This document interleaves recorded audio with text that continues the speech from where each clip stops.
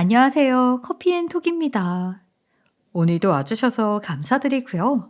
바로 사연 읽어보겠습니다.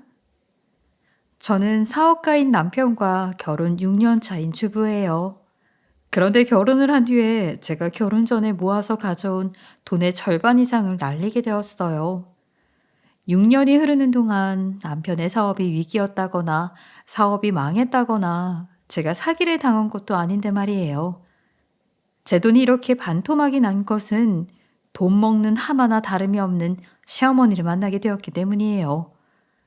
세상에 돈 좋아하지 않는 사람은 없다고 하지만 시어머니는 돈이 만병통치약인 사람이었어요. 물론 시어머니가 처음부터 돈만 밝히는 그런 분이었던 것은 아니었어요. 나이에 비해 조금 철이 없는 면이 있기는 했지만 그런 부분을 감안하면 그저 보통의 시어머니라고 생각했어요. 하지만 몇 해 전부터 점점 대놓고 돈을 밝히기 시작하시더니 나중에는 아예 돈을 달라고 요구하기 시작했어요. 처음에는 그것을 몰라서 시어머니가 아프다고 했을 때 며칠씩 옆에부터 병간호까지 하기도 했죠. 하루는 시어머니가 기력이 없다면서 아무것도 못하겠다면서 저를 시댁으로 불렀어요. 시댁이 집에서 멀지 않아서 시어머니가 걱정이 되어 금방 가보았죠. 시댁에 도착해 보니 며칠씩 밀린 듯한 설거지며 잔뜩 쌓인 빨랫감 등 집안이 엉망이 되어 있었어요. 저는 깜짝 놀라며 시어머니를 찾았죠. 필시 어딘가 정말 크게 아프시구나 싶었어요. 시어머니를 찾아 안방에 들어서자 시어머니는 안방에 누운 채로 기력이 없다는 말을 하고 계셨어요. 어머니, 어디가 많이 편찮으세요? 무슨 일이세요? 병원은 다녀오셨어요? 아이고, 기력이 없어 죽겠네. 내가 아주 여기저기 다 쑤시는 것 같아. 나이를 먹으니 그저 기력이 없어. 어머니, 정말로 병원에 가보지 않아도 괜찮으시겠어요? 제가 집안일 해둘 테니 좀 더 누워 계세요. 드실 것도 조금 해볼게요. 저는 시어머니가 걱정되어 밀린 집안일을 하고 호박죽을 쑤어서 가져다 드렸어요. 하지만 시어머니는 얼굴이 찌푸린 채 호박죽은 입에 대지 않으셨어요. 혹시 몸이 많이 불편하신가 싶어서 저는 다시 시어머니께 말을 걸었죠. 어머니, 어디가 편찮으세요? 혹시 뭐 배가 많이 안 좋으신다거나 콕콕 찌른다거나 멍하게 아프다거나 하세요?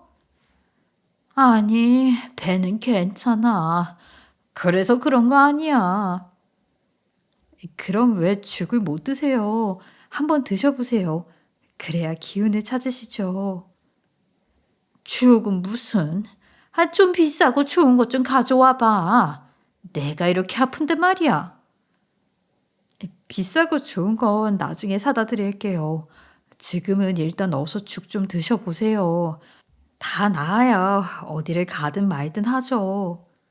제가 이렇게 달래자 시어머니는 못마땅한 표정으로 일어나 어거지로 호박죽을 드셨어요.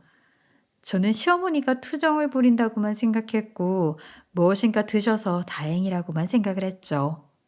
그리고 저녁이 되어 시어머니가 드실 저녁까지 차리고 집으로 돌아왔어요. 집에 돌아와 남편이 퇴근하기 전에 혼자 곰곰이 생각해 보는데 시어머니께 보양식이나 영양제를 해드려야겠다는 생각이 들었어요. 그래서 퇴근한 남편을 붙잡고 말했죠. 여보, 오늘 어머니 댁에 가보니 어머니가 너무 기력이 없어 하시더라. 혹시 토종닭 좀 사서 보양식 해드리면 어떨까 싶어. 토종닭이 비싸기는 하지만 어머니가 비싼 거 드시고 싶다고 하시기도 하고 닭고기 좋아하시니까. 그리고 요새 어르신들에게 좋다는 영양제가 있는데 이것도 좀 사다 드리면 어떨까? 나이 많으신 분들이 자꾸 안 먹어서 영양 상태가 안 좋다고 하잖아. 영양이 부족하면 기력도 없을 거야. 여보, 나는 여보가 우리 어머니를 이렇게 살뜰하게 챙겨줘서 얼마나 고마운지 몰라. 그럼 토종닭이든 영양제든 살 수 있지. 내가 주문해 둘 테니까 걱정하지 마. 남편은 고맙다고 하면서 즉시 토종닭과 영양제를 주문했어요. 그것들이 도착하기를 기다리는 며칠 사이 저는 매일 시어머니 댁에 왕래하며 집안일을 맡아 했어요. 며칠 뒤 토종닭이 도착을 했기에 저는 압력밥솥을 사용해 토종닭 백숙을 만들었어요. 그리고 백숙과 영양제를 들고 시어머니 댁에 도착했어요. 어머니, 저 왔어요. 오늘 토종닭 백숙 해왔으니 좀 드셔보세요. 이거 드시고 기운 차리셔야죠. 그리고 영양제도 있으니까 오늘부터 매일 챙겨 드셔야 해요. 비타민이 부족하면 기력이 없어진다고 하잖아요. 저는 열심히 가지고 온 백숙을 식탁 위에 차렸어요. 그리고 영양제를 열어 옆에 두었죠. 시어머니가 식탁 앞에 앉는 걸 보고 집안일도 시작했어요. 그런데 시어머니는 식탁 앞에 우두커니 앉아서 백숙에 손도 대지 않고 입을 삐쭉 내밀고 있는 것이었어요. 저는 시어머니가 왜 그런지 몰라 시어머니에게 백숙을 드시라고 다시 권해드렸어요. 그랬더니 시어머니는 입을 삐쭉 대시며 이렇게 말씀하셨어요. 내가 언제 이런 거 해달랐냐? 내 말은 내가 기력이 없으니까 내가 잘 아는 한의원에 가서 보약이라도 좀 지어먹게 해달라는 말이야. 밥 한 끼 잘 먹고 털고 일어날 일이면 내가 진작에 일어섰지. 아이, 넌 왜 이렇게 말귀를 못 알아먹냐? 응? 저는 그 말을 듣고 그제서야 이해를 했어요. 시어머니는 보약값을 달라고 말씀을 하시는 것이었어요. 그것도 모르고 백숙을 해오고 영양제를 챙겨드리니 시어머니는 계속 불만이었던 것이었죠. 저는 하던 집안일을 멈추고 잠시 시어머니 앞에 앉아서 여쭤보았어요. 아휴, 보약이 필요하셨어요? 어머니, 그 한의원에서 해주는 보약은 얼마 정도 하는데요? 그 보약? 그거 300만 원 정도 하더라. 아이, 녹용이 들어가서 비싸다고 했어. 옛날에 그 보약을 먹은 적이 있는데 아이, 하루 종일 기운이 펄펄 나더라고. 보약값 주면 내가 알아서 그 한의원 가서 진맥 보고 아주 최고급으로 제일 좋은 보약 해다 먹을 테니까 보약값 좀 줘봐. 돈 300이 쉬운 금액은 아니었지만 시어머니가 이렇게까지 말씀을 하시니 신경이 안 쓰일 수가 없었어요. 시어머니는 몸이 안 좋아서 그런지 평소보다 더 떼를 쓰는 느낌이었어요. 하지만 나이가 많은 분이 몸이 불편하면 얼마나 짜증이 날까 싶어서 이해를 하기로 했어요. 그래서 그날 저녁 남편을 만나 다시 논의를 했죠. 여보, 어머니가 녹용이 들어가는 보약을 드시고 싶다고 하네. 돈 300이니까 적은 돈은 아닌데 이렇게까지 며칠째 기력이 없다고 말씀을 하시니 해드려야 하나 싶어. 당신이 보기에는 어때? 괜찮겠어? 그래? 보약값을 달라고 하신다고? 며칠째 누워 계신 것을 보면 보약이라도 해드려야 하나 싶기는 했어. 한번 해드려도 괜찮아. 남편은 괜찮다고 말을 했어요. 그래서 저희는 시어머니가 달라고 하신 몇백만 원을 드렸죠. 아이고, 보약값이야? 아이, 고마워. 이걸로 보약해 먹으면 싹 낫겠다. 아이, 고맙다 정말. 보약값을 받은 시어머니는 어린아이처럼 좋아했어요. 얼굴빛이 하도 밝은 통에 아픈 사람이 맞나 싶을 정도였죠. 그런데 그 다음 날부터 시어머니는 저를 부르지 않았어요. 제가 걱정이 되어 시댁에 가보았는데 시어머니는 거실 소파에 앉아 TV를 보며 깔깔거리고 있었죠. 집안도 깨끗이 정리가 되어 있었고요. 어머니, 이제 몸은 괜찮으세요? 보약은 지어오셨어요? 어머, 너 왔니? 아이, 그럼 이제 많이 괜찮아졌어. 보약은 주문해뒀으니까 택배로 보내준대. 덕분에 괜찮아. 고마워. 저는 시어머니의 반응에 긴가민가 했지만 일단 그런가 보다 했어요. 하지만 그 뒤로도 걱정이 되어 일주일에 한 번 정도는 시댁에 가보았는데 그때마다 시어머니는 아주 씻은 듯이 건강한 모습이었어요. 그리고 이상하게도 시어머니가 보약을 받았다는 말만 하고 보약을 챙겨 먹는 모습은 본 적이 없었어요. 보약이 아니라 돈을 받아서 몸이 나은 것은 아닌지 조금 의심스러웠죠. 하지만 그때는 의심만 하고 넘어갔어요. 그리고 얼마 뒤 또 비슷한 사건 하나가 터지고 말았어요. 시어머니와 남편과 함께 마트에 가서 장을 보던 중 갑자기 시어머니 모습이 안 보이는 것이었어요. 어머니, 어디 가셨어요? 어머니? 시어머니를 찾아 여기저기 기웃대면서 한참 찾아다니다 보니 시어머니가 수산물 코너 앞에 주저앉아 있는 것을 보았어요. 저는 놀라서 얼른 뛰어가 보았죠. 어머니, 괜찮으세요? 왜 주저앉아 계세요? 어디 안 좋으세요? 아이고, 구경하고 있다가 카트에 발등을 찧었지 뭐야. 그런데 이게 너무 아파. 일어날 수가 없어. 저는 혹시라도 발등에 뼈가 부러지기라도 했나 싶어서 걱정이 되었어요. 시어머니는 아예 못 걷겠다고 하면서 일어날 생각을 안 하셨죠. 사람들이 점점 모여들고 큰일이 될 것 같아서 일단 남편을 불러 시어머니를 등에 업으라고 했어요. 그렇게 장을 보다 말고 저희는 시어머니를 등에 업고 병원으로 가게 되었죠. 시어머니는 병원으로 가는 내내 아프시다면서 죽는 소리를 내었어요. 아이고, 아이고, 발이 너무 아파. 큰일이 났나 봐. 이거 부러졌으면 어떡하냐? 아이고. 저희도 혹시 발등이 부러졌을까 봐 걱정이 많이 되어서 정형외과로 빠르게 갔어요. 가서 진료를 받는데 시어머니가 아무리 아프다고 해도 의사가 고개를 갸웃거리는 것이었어요. 아이고, 너무 아파요. 여기 발등, 거기가 너무 아파. 큰일 났나 봐요. 어머님, 발등은 무사한데요. 뼈도 멀쩡하고, 뭐 멍들거나 그런 것도 없어요. 그래도 시어머니가 계속 아프다고 하자 의사는 저희를 따로 불러서 발등에 이상은 없다고 며칠 있어 보고 계속 아프다고 하시면 다시 병원으로 오시라고 말했어요. 저희는 병원에서 이상이 없다고 하니 일단 시어머니를 시댁으로 모시고 갔죠. 그날은 그렇게 지나가는가 싶었는데 그 이후 보약대와 비슷한 그림으로 일이 흘러가는 것이었어요. 시어머니는 첫날에는 발등이 아프다고 하시더니 그 다음 날부터는 다리가 아파서 일어날 수가 없다며 자리에 몸져 누우셨어요.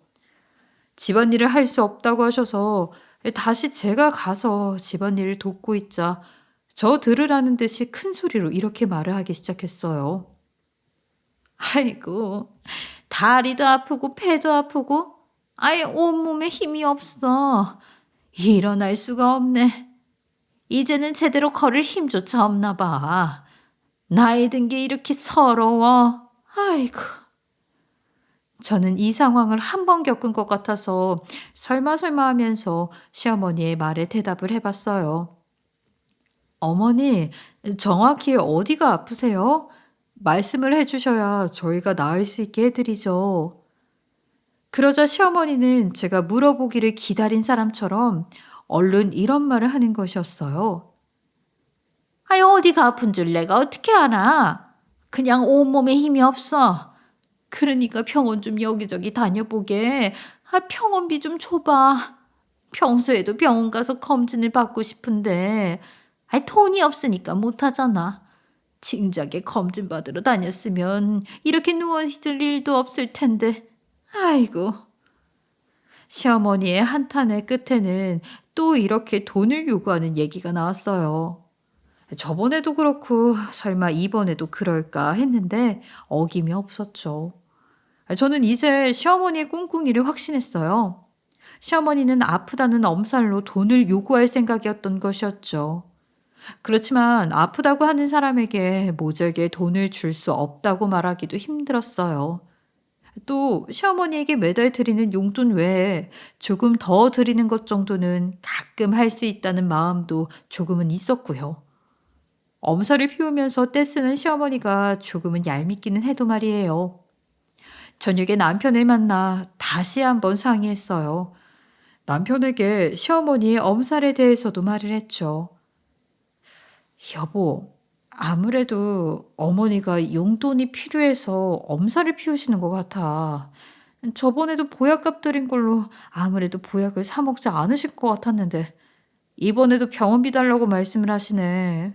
병원비가 아니라 용돈을 달라고 하시는 것 같은데 그래도 챙겨드리는 게 나아? 제 이야기를 듣더니 남편도 상황 파악이 된 것 같았어요. 본인의 어머니이지만 썩 달가운 상황은 못 되는지 남편도 고민을 한참 하더니 말을 했어요. 아, 한 번만 더 드리자. 무엇인지 몰라도 나이 많은 어르신이 용돈이 필요해서 그러시는 것 같으니까 눈 감고 딱 한 번만 더 드리면 다음에는 안 그러시겠지. 그렇게 남편과 상의 끝에 시어머니가 바라는 병원비를 챙겨 돈을 드렸어요. 그러자 시어머니는 바로 다음 날부터 깨끗이 나은 것처럼 벌떡 일어나 생활을 하셨죠. 이제 더 이상 이런 일이 없었으면 싶었는데 시어머니는 그 이후로도 계속해서 엄살을 피우거나 말도 안 되는 핑계를 대면서 저희에게 돈을 요구했어요. 아니, 내가 동네 할머니들을 만났는데, 아이, 나보고 밥 한 번 안 산다고 뭐라 하잖아. 내가 진짜 속상해서. 그런데 돈이 있어야 밥을 사든 말든 하지. 밥값 좀 줄 수 없니? 내가 이런 소리 들으면서 지낼 수는 없잖아. 아이, 속상해, 정말. 용돈을 아무리 드려도 시어머니는 밑빠진 독에 물 붓기 같았어요. 아니, 한두 번이 아니라 그 뒤로도 시어머니는 때만 되면 돈을 달라고 했죠. 그것도 1, 20만 원도 아니고 툭 하면 100만 원이 넘는 돈을 달라고 하니 정말 부담스러웠어요. 자꾸 돈 요구를 하니 남편의 월급을 모아두었던 돈에서 떼어주는 것도 어려워서 제가 모아뒀던 돈까지 빼서 주게 되었어요. 이번에만 조금 주고 말자 하는 마음으로 자꾸 빼서 주다 보니 어느 날 정신을 차리고 통장을 보니까 돈이 절반이 되어 있는 것이었어요. 스트레스도 스트레스대로 받는 데다 이건 정말 아니다 싶었어요. 하지만 남편도 이제 이 문제에 대해 더 이상 입을 열지 않고 있었어요. 남편도 분명히 스트레스를 받는 것 같았지만 시어머니에게 돈 없다는 말을 하기 힘든 것 같았죠. 결국 저도 혼자 스트레스를 받으면서 시어머니를 피하려고 할 뿐이었어요. 그리고 얼마 뒤 시어머니 집 근처에서 살고 있는 제 친구를 만나 점심을 먹게 되었어요. 점심을 먹다가 시어머니 이야기가 나왔어요. 제 친구 집은 시어머니와 동만 다르고 같은 아파트 단지라서 오며 가며 자주 뵙게 된다는 것이었어요. 저는 요즘 제 스트레스의 원인이 시어머니였기 때문에 그냥 말없이 웃으며 듣고 있기만 했죠. 그런데 친구가 처음 듣는 의외의 말을 하는 것이었어요. 예, 그런데 너희 시어머니 정말 멋쟁이시더라? 저번에 보니까 밍크 코트를 걸치고 완전 멋진 검정 구두 신으셨는데, 아우, 딱 봐도 명품이던데? 진짜 돈 많은 사모님이 이런 건가 싶었어. 너희 부부가 시어머니를 진짜 잘 모시고 있구나 싶더라니까. 저는 친구의 말에 벙치고 말았어요. 아니, 시어머니가 밍크 코트에 명품 구두를 가지고 있다는 것도 처음 듣는 말이고, 그것들을 입고 있는 모습은 단 한 번도 본 일이 없었거든요. 저는 이상하게 생각이 되어 혼자 골똘히 생각에 빠져 있는데, 그 뒤에 나온 친구의 말은 더 놀라운 말이었어요. 아이, 참, 어머니 외제차 진짜 애지중지하시더라. 새빨간 외제차 말이야. 그거 네 남편이 뽑아드린 거지? 너희 남편 정말 멋있다. 어머니한테 그런 선물도 드리고 긁힐까 봐 걱정되시는지 아예 주차하는 차가 많지 않은 곳에 대시더라고 항상. 옆 건물에 주차하는 차가 별로 없거든. 항상 거기에 주차하고 오시는데 우리 집 베란다에서 진짜 잘 보이거든. 친구의 이 말은 더 믿기 어려웠어요. 저는 이제까지 시어머니가 운전을 할 줄 모른다고 알고 있었거든요. 그리고 차에 욕심이 없는 시아버지는 국산차를 몰고 있었기 때문에 외제차를 모는 시어머니 이야기는 생각도 못한 일이었어요. 그래서 어리 빠진 표정으로 친구에게 되물었죠. 아니, 근데 진짜 우리 시어머니 본 거 맞아? 우리 시어머니 운전을 못 하시거든. 네가 본 게 정말로 우리 시어머니 맞아? 제가 심각하고 놀란 얼굴로 진지하게 묻자 제 친구는 저의 얼굴을 보더니 무엇인가 깨달은 듯이 깜짝 놀랐어요. 어머, 세상에 진짜로? 어머, 어떡해. 내가 본 게 진짜 너희 시어머니가 맞아. 저희 둘은 분명히 무엇인가 있다는 것을 직감했어요. 서로 눈빛만 주고받으면서 많은 생각을 하게 되었죠. 저는 친구에게 솔직하게 사정을 털어놓았어요. 시어머니의 생때 계속해서 돈을 뜯겨왔다고 말이죠. 그리고서 차마 입 밖으로 낼 수 없는 안 좋은 예상들만 떠올라서 일단 제가 집으로 돌아갔다가 다음에 다시 오기로 했어요. 친구가 말한 시어머니가 주로 외제차를 타고 나간다는 시간에 다시 오기로 했죠. 너희 시어머니 오전 11시쯤에 항상 외제차 타고 나가시더라고. 그때쯤 와서 뒤를 쫓아가 봐. 너희가 명품이랑 외제차 살 정도로 돈을 뜯겼는데 어디에 쓰고 있는지 알아봐야지. 친구 말대로 며칠 뒤 저는 친구네 집에 놀러 간다고 말하고 오전에 친구네 집으로 향했어요. 친구와 수다를 떨고 있다가 시어머니가 외제차를 타러 갈 시간이 되었을 때 친구에게 눈짓을 하고 옆 건물 근처로 향했어요. 옆 건물 앞에는 정말 빨간 외제차가 서 있었어요. 저는 잘 안 보이게 숨은 채 친구에게 전화를 했어요. 친구가 집 베란다에서 내다보고 있다가 시어머니가 나타나자 저에게 말했어요. 얘, 너희 어머니 지금 왔다. 얼른 택시 잡아. 15차 출발하면 뒤따라가서 가봐. 조금 후에 친구의 말대로 딱 봐도 명품인 코트와 구두를 신은 시어머니가 나타났어요. 저는 그런 시어머니의 모습을 보고 경악을 했죠. 시어머니가 진짜로 그런 모습으로 외제차를 타러 올 것이라고는 친구 말을 들었지만 상상도 못했거든요. 저도 모르게 핸드폰을 들어 몰래 카메라 셔터를 마구 눌렀어요. 시어머니는 자연스럽게 빨간 외제차에 올라타더니 차를 몰고 어딘가로 사라졌어요.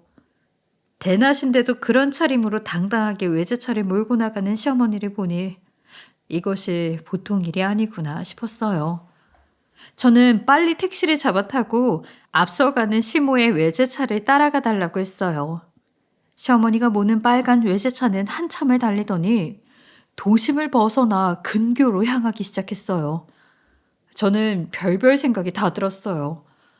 일단 저와 제 친구가 동의한 것은 시어머니가 명품과 외제차를 구입하기 위해 저희 부부에게 돈을 요구했을 것이라는 사실이었어요. 그런데 그 외에 저렇게 명품으로 휘감고 외제차를 타고 어디로 갔을까 싶었지만 알 수가 없었어요. 어디 비밀스러운 모임에라도 가는 것인지, 그게 아니면 이상한 사이비 종교에라도 빠진 것인지, 그냥 취미라고 치기에는 너무 사치스러웠죠. 그렇게 한참 가다가 외제차는 어떤 교회에 레스토랑에 멈춰섰어요. 딱 봐도 오래된 시어머니 나이대의 분들이 좋아할 법한 레스토랑이었죠. 빨간 외제차에서 내린 시어머니는 바로 레스토랑으로 들어가지 않고 휴대폰으로 누군가와 통화를 했어요. 조금 뒤 검정색 차 한 대가 들어와 주차를 하더니 차에서 어떤 낯선 남자가 내렸어요. 남자는 나이가 조금 있어 보였어요. 남자는 시어머니를 보더니 활짝 웃으며 달려가 포옹을 하는 것이었어요. 두 사람은 서로 스킨십을 하더니 두 손을 꼭 잡고 레스토랑으로 들어갔어요. 저는 방금 제가 본 장면이 무슨 장면인지 이해가 되지 않아서 잠시 벙찐 표정으로 입을 벌리고 있었어요. 시어머니는 명품으로 휘감고 외제차를 타고 불륜을 저지르고 있었던 것이었어요. 저는 시어머니가 할 수 있는 수많은 일 중에 불륜은 생각을 해보지 못해서 머리를 망치로 맞은 듯이 충격을 받았어요. 불륜이라니. 물론 나이가 많은 분들도 불륜을 저지를 수는 있지만 아무리 철이 없다고 해도 우리 시어머니가 불륜을 저지를 거라고는 생각을 못 해봤거든요. 처음에는 어이가 없다가 시아버지와 남편 생각과 시어머니가 뜯어간 돈을 생각하니까 점점 화가 나기 시작했어요. 당장 레스토랑에 들어가서 시어머니를 끌고 나와 따져 물을까 했지만 그렇게 하면 시어머니는 뻔뻔하게 아무 사이가 아니라고 할지도 몰랐어요. 제가 시어머니에게 따져 묻기 위해서는 시어머니의 불륜에 대한 명확한 증거가 필요했죠. 저는 지금은 더 이상 보지 않아도 될 것 같아서 일단 다시 택시를 타고 집으로 돌아왔어요. 시어머니의 불륜 사실을 알게 된 이상 특단의 조치가 필요했어요. 시어머니가 파렴치한 짓을 하기 위해 저희 부부에게서 돈을 뜯어갔다는 것, 또 착한 시아버지를 배신하고 웬 낯선 남자와 불륜을 저지르고 있다는 것을 안 이상 시어머니의 행동을 처단해야겠다는 생각뿐이었어요. 어떻게 할까 하고 있는데 친구에게 전화가 와서 제가 본 것을 말해 주었어요. 세상에 세상에 어떻게 해? 설마 불륜일 줄은 몰랐어. 아무리 그래도 나이가 있으신데 사치 부려야 하는 사교 모임 같은 데 빠지신 줄 알았지? 어떡하니 정말? 나도 모르겠어. 정말 이렇게 황당할 수가 없어. 설마 불륜일 줄은. 이걸 어떻게 해야 될지 모르겠네. 불륜 증거가 없으니까 시어머니한테 따져도 발뺌을 할 것 같아서 그냥 돌아왔거든. 정말로 황당하기 짝이 없었어요. 제가 이것을 어떻게 처리해야 할지 고민하고 있자 친구가 저에게 좋은 방법을 제시해 주었어요. 내가 그간 보니까 너희 시어머니가 한 오후 5시쯤 돌아와서 다시 차를 주차를 하더라고. 그러니까 저녁에 시댁에 가서 차 키를 몰래 찾아서 나오면 어때? 차 안에 있는 내비게이션 기록이나 그런 걸 증거로 찍으면 되잖아. 불륜 증거를 찾아야 니네 시어머니를 막을 수 있을 것 같다면서. 친구 말이 맞았어요. 증거를 찾아내서 시어머니의 파렴치한 불륜 행각을 막아야 했어요. 저는 친구 말대로 하기로 하고 며칠 뒤 실행으로 옮기기로 했어요. 시어머니가 외제차를 타고 외출하고 온 날, 저는 오후 5시가 넘은 후에 시댁으로 갔어요. 마치 오랜만에 저녁을 차려드리러 온 것처럼 했죠. 저녁을 차리면서 청소를 시작했고 집 구석구석을 둘러봤어요. 식탁 위, 화장실 서랍, 침대 협탁 등 생각나는 곳들은 모두 찾다가 빨래를 넣는 척하면서 시어머니의 옷장 서랍을 열어보았어요. 시어머니의 차키는 시어머니 옷장 서랍 한 구석에 들어있었어요. 저는 속으로 나이스를 외치며 그 키를 챙겨서 잠시 마트에 다녀온다고 하고 밖으로 나왔어요. 밖으로 나와 즉시 시어머니의 외제차가 있는 곳으로 갔어요. 외제차 문을 열고 운전석으로 들어갔죠? 그런데 저는 문을 열고 앉자마자 어이가 없어 헛웃음을 웃었어요.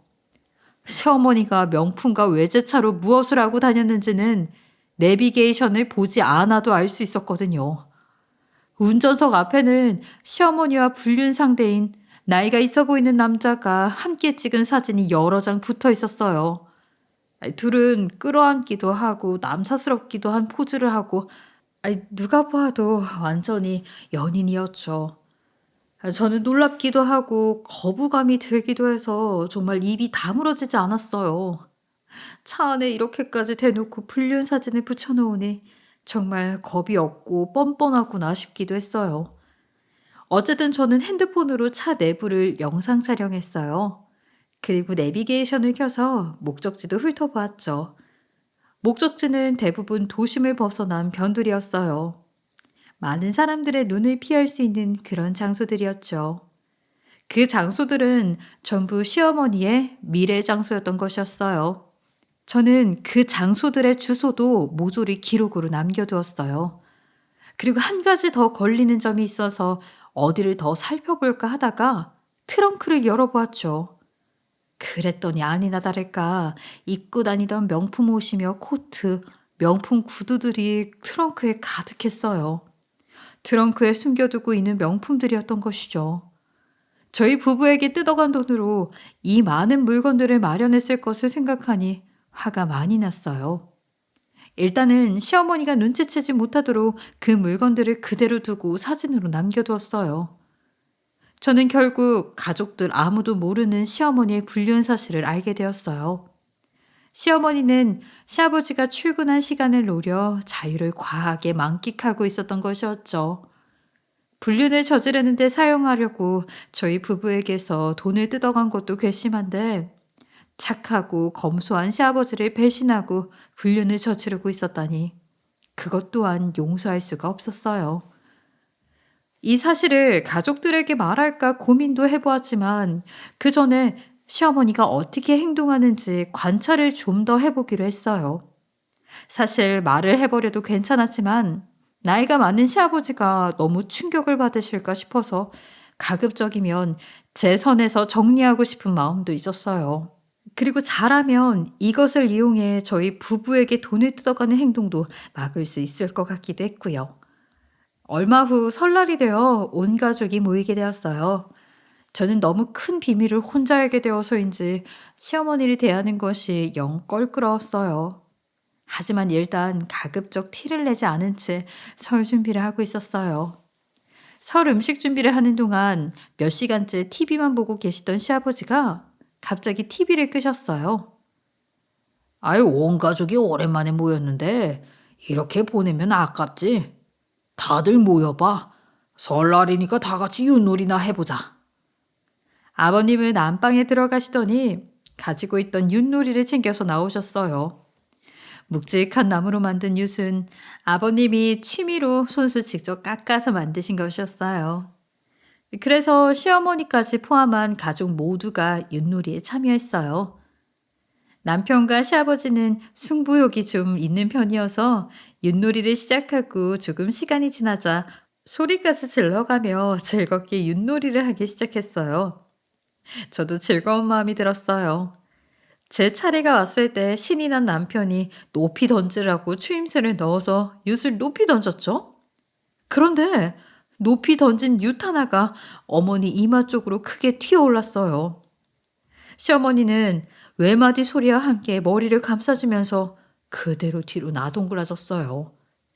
아니, 사실 제가 똑똑히 봤지만 시어머니는 윷을 정통으로 맞지도 않았어요.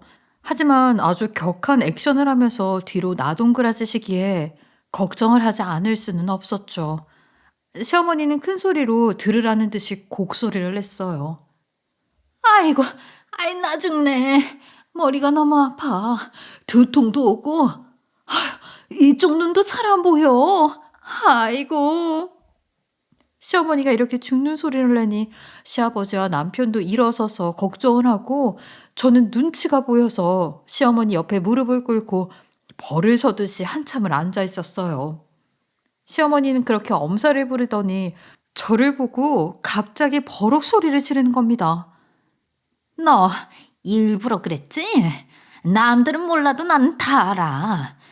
아무리 시애미가 싫어도 이 무기나 다름없는 이 두꺼운 유서로 나를 쳐? 나 이거 그냥 못 넘어가? 시어머니는 갑자기 저에게 화를 내며 생떼를 쓰기 시작했어요. 일부러라니. 저는 정말 억울할 노릇이었죠. 남편과 시아버지가 말렸지만 시어머니는 막무가내였어요. 생떼를 쓰던 시어머니는 저를 보면서 또 말도 안 되는 소리를 했어요. 내일 당장 입원할 거니까 치료비에 이 피해 보상금까지 다 쳐줘. 나는 이거 돈으로라도 보상을 받아야겠다. 내일까지 내 통장에 5천만 원 넣어놔. 내일까지 안 들어오기만 해봐줘. 역시나 결국은 돈 이야기였어요. 저뿐만 아니라 남편까지도 무의식적으로 한숨을 내쉬었죠. 시어머니는 아프다면서 부축을 해달라고 해서 안방으로 들어가 누웠어요. 안방에서도 거실까지 들리게 아이고 아이고 하는 앓는 소리를 크게 내었죠. 남편이 그런 시무를 쫓아 들어가 꼭 그렇게까지 하셔야겠냐고 싫은 소리를 하자 당장 신우를 부르라고 호통을 치시더라고요. 아들 자식은 키워봤자 다 소용없다며 며느리가 뺏어가서 자식도 아니라고 명절 때 안 올라온다고 했던 지방 사는 신우를 부르라고 울부짖으시는데 정말 어이가 없더라고요. 저는 그런 시어머니의 말에 속으로 크게 화가 났어요. 불륜 자금이 필요해서 엄살을 떨고 생떼를 내는 주제에 5천만 원을 내놓으라고 협박을 하다니 뻔뻔한 것도 이렇게 뻔뻔할 수가 없었어요. 저는 바로 지금이 시어머니를 꼼짝도 못하게 할 때라는 생각이 들었어요. 저는 수건을 적셔 안방으로 들고 들어갔어요. 두통이 심하다며 소리를 고래고래 지르고 있는 시어머니 곁으로 갔죠. 가지고 온 수건을 시어머니의 이마 위에 올려놓으면서 시어머니만 들을 만큼 작은 목소리로 말을 했어요. 어머니, 몰래 타고 계신 빨간 외제차 말인데요. 그거 저희한테 얻어간 돈으로 구입하신 것 같던데. 그 정도면 어머니 이혼 위자료로 퉁쳐도 될 가격 아닌가요? 제가 이렇게 속삭이고 어머니의 차 번호 4자리를 불러주자 시어머니는 소스라치듯이 놀라면서 몸을 반으로 접힐 정도로 벌떡 자리에서 일어났어요. 그러더니 밖에 들리지 않게 말까지 더듬어가면서 저에게 말했어요. 네가 그걸 어떻게 알아? 봤어? 아니, 봤냐고? 보다마다요. 보는 걸 넘어서 차 안에 있던 불륜 증거까지 싹 다 가지고 있는걸요. 못 믿으시겠다면 보여드려요? 차 안과 트렁크까지 다 본 저는 시어머니가 예상하는 것보다 아는 것이 많았어요. 저는 여유롭게 제 핸드폰을 들고 와서 차 안과 트렁크를 촬영한 영상을 시어머니에게 보여드리며 말했어요. 보세요. 저 사진에 있는 남자분 어머니의 불륜 상대죠? 그간 시아버지를 속이고 시아버지가 출근한 시간에 몰래 만나러 나갔던 거잖아요. 그것도 저희한테 갈취한 돈으로 명품 사서 휘감고 말이에요. 제가 진짜 계속 모르고만 있을 줄 아셨어요? 제가 차근차근 짚어주며 말하자 시어머니는 얼굴이 사색이 되었어요. 차 안에 내비게이션 목적지와 트렁크 명품옷과 구두들까지 보여주자 시어머니는 덜덜 떨면서 두 손으로 제 입을 막으면서 말했어요. 아가, 내가 잘못했어. 예, 제발 이건 더 이상 말하지 마. 내가 진짜 잘못했다니까. 제가 두 눈 크게 뜨며 기분이 언짢은 표정을 짓자 시어머니는 이번에는 아예 바닥에 엎드려 제 손을 두 손으로 붙잡고 싹싹 빌기 시작했어요. 진짜 잘못했다. 한 번만 용서해줘. 그러면 다시는 안 그럴게. 돈 달라는 이야기도 안 할게. 그러니까 제발 이 사실은 알리지 말아줘라. 진짜 미안하고 진짜 잘못했다. 저는 그런 시어머니를 차가운 눈빛으로 내려다보았어요. 충분히 어른이 되었을 나이에 철없이 자식에게 불륜 자금을 뜯어내고 이제는 잘못하면서 빌고 있는 모습이 초라해 보였죠. 저는 바로 지금 해야 할 말들을 일단 내뱉었어요. 네, 앞으로는 절대로 어머니의 불륜에 쓸 자금을 대주는 일은 없을 거예요. 그리고 어머니를 믿을 수 없으니 정기적으로 드리는 용돈 이외의 돈은 다 끊을 거예요. 아니다. 용돈도 끊을 거예요. 제가 이렇게 말하자 시어머니는 바닥에 엎드린 채 고개를 끄덕거리면서 알겠다고 말했어요. 그 다음에 시어머니에게 어떤 요구를 할까 하다가 아무래도 남편과 시아버지가 알게 되면 받을 상처가 걱정이 되었어요. 사실을 알리면 두 사람은 너무나 상처를 받아 일상생활조차 힘들어할 것 같았어요. 그래서 저는 시어머니에게 이렇게 요구를 했어요. 저는 어머니의 불륜 행각이 괘씸하기 짝이 없지만 저희 남편이랑 착한 시아버지가 상처를 받을 일이 더 걱정돼요. 그러니까 제가 말하는 대로 모든 것을 정리하고 저한테 제대로 확인을 받으세요. 첫째로 그 불륜 상대랑은 완전히 끝내세요. 두 번째로 명품 옷이랑 구두, 외제차를 전부 팔고 그 돈을 제 통장으로 입금하세요. 이 두 가지가 모두 끝나야 제 핸드폰에 있는 영상과 사진들을 지워줄 거예요. 아시겠어요? 시어머니는 잠시 망설였지만 또 연신 알겠다며 고개를 끄덕거렸어요. 불륜을 저지르는 사람들이 하는 큰 착각 중 하나는 본인만 치밀하다고 생각하는 것이에요. 하지만 불륜을 저지르는 기간이 길어지면 길어질수록 치밀함도 나태해지고 사랑에 눈이 멀었으니 판단력도 흐려져 결국 꼬리가 밟히는 법이죠. 또한 본인이 그런 행동을 하는 것을 뒤쫓는 다른 사람들도 충분히 치밀할 수 있죠. 다음 날부터 저는 일부러 시댁으로 매일 출근했어요. 시어머니가 딴짓을 하는지 아닌지, 저에게 약속한 것들을 제대로 실행하는지 확인하려고 말이에요. 시어머니는 제가 갈 때마다 눈치를 잔뜩 보면서 기도 펴지 못했어요. 어머니, 외제차 파셨어요? 명품 옷이랑 구두들은요? 다 중고로 내놓았어. 어제 내놓았는데 명품 옷이랑 구두는 몇 개 팔렸고 외제차는 아직 연락이 없어. 그래요? 그럼 명품 옷이랑 구두 판매한 금액 저한테 보내셔야죠. 왜 안 보내셨어요? 어디다 팔았는지 또 얼마 받았는지 영수증도 보여주세요. 시어머니는 완전히 기가 팍 죽어서 제가 하라는 대로 영수증도 보여주고 제 계좌로 돈도 보냈어요. 저는 그렇게 매일같이 출퇴근을 하면서 시어머니가 외제차를 판 돈까지 보내줄 때까지 감시를 했죠. 시어머니는 그렇게 저와 무덤까지 가지고 갈 비밀을 나누게 되었어요. 요즘은 인생의 수치를 다 들켜서인지 전과 같지 않고 저에게 껌뻑 죽게 되었어요. 어찌 보면 저에게는 이 일이 돈 먹는 하마의 입을 틀어막게 된 것이었어요. 이웃 시어머니가 엄살을 피우며 아프다고 말하는 일도 쏙 들어가서 시어머니에게 돈을 뺏길 일도 없어졌어요. 사실 저는 지금도 남편과 시아버지를 위해 시어머니를 감시하며 살고 있답니다. 이제 나이가 나이인지라 더 이상 불륜 같은 남부끄러운 일은 저지르지 않았으면 좋겠어요.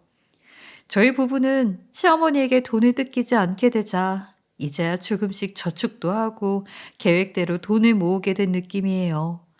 골치 아팠던 일이 한 번에 해결되자 속이 그렇게 시원할 수가 없네요. 제 이야기를 들어주셔서 감사하고요. 제 사연 듣는 분들도 돈 많이 모으시고 항상 좋은 일만 가득하시길 빌게요. 지금까지 커피앤톡이었습니다. 오늘도 끝까지 함께 해주셔서 감사하고요.